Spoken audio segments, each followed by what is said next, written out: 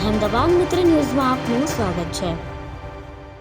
સુરતના સંજયનગર ઝૂંપડપટ્ટી વિસ્તાર નજીક રહેતા અને મજૂરી કામ કરતા એક યુવક અને 16 વર્ષીય સગીરાએ પ્રેમ પ્રકરણમાં ખાડી કિનારે આવેલ બીલીપત્રના ઝાડ સાથે દુપટ્ટો બાંધી ગળે ફાંસો ખાઈ આપઘાત કરી લીધો।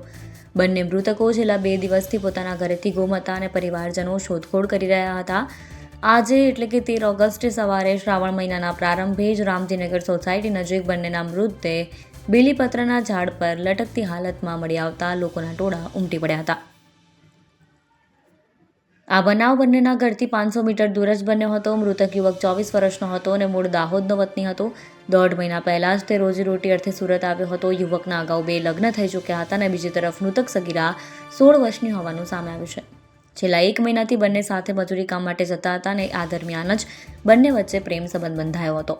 બંને પરિવારોને તેમના પ્રેમ સંબંધ અંગે કોઈ જ કલ્પના નહોતી। યુવતીના ભાઈએ આપવીતે જણાવતા કહ્યું કે મારી બહેન 2 દિવસથી ગુમ હતી। માતા પિતા રડી રડીને શોધી રહ્યા હતા, જેથી તેમને વતન મોકલ્યા। તેઓ ગામડે પહોંચ્યા જ હતા કે સવારે આ દુઃખદ સમાચાર મળ્યા। મૃતક યુવકના ભાઈએ જણાવ્યું હતું કે તે મારો નાનો ભાઈ હતો। બંને 2-3 દિવસથી લાપતા હતા અને ફાંસી ખાઈ લીધી। સવારે જ ખબર પડી। પરિવારમાં કોઈને પણ તેમના પ્રેમ સંબંધ કે લગ્નની જાણ નહોતી। અહેમદાબાદ મિત્ર ન્યૂઝની યુટ્યુબ ચેનલને સબસ્ક્રાઇબ કરો અને બેલ આઇકોન જરૂરથી દબાવો, જેથી દરેક મહત્ત્વના વિડીયોની નોટિફિકેશન તમને મળતી રહે।